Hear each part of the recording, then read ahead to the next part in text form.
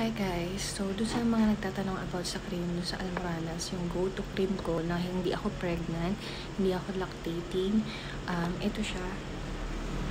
Ayan.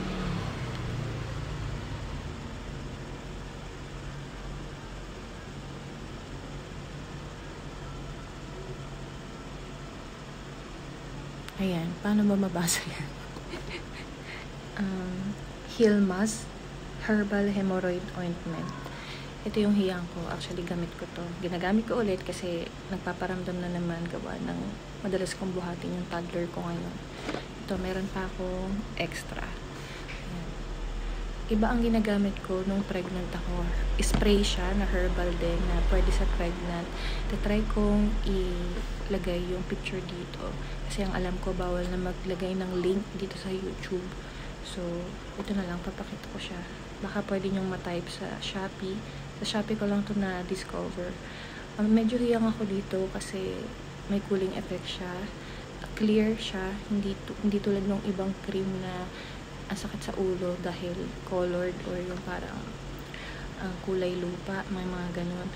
Tapos, ang pinang-apply ko dito yung mga gloves na yung, di ba yung sa mga Only Wings, yung ginagamit na gloves doon, yung clear na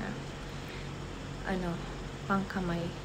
Yun yung susuot ko muna, tapos lalagay ako ng ganito, tapos papasok ko sa puwet ko kada CR or malaking tulong to sa akin kasi lalo ngayon na nagpaparamdam na naman, ayoko na naman mangyari yung lalabas na may almoranas ko, mamababa, tapos sobrang sakit.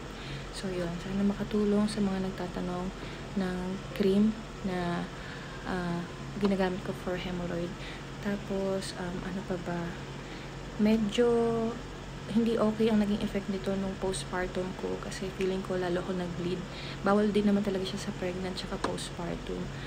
Lalo na nung nagbi-bleeding ako, feeling ko naging reason rin to kung ba't ako mas lalong nag-bleed. Kaya, yun, may instruction naman to kung bakit siya bawal sa yun nga, pregnant and after mga anak, hindi siya pwede doon. Iba yung ginamit ko nung pregnant ako. Spray yun, tsaka inaagapan ko kaagad. Ayan, thank you.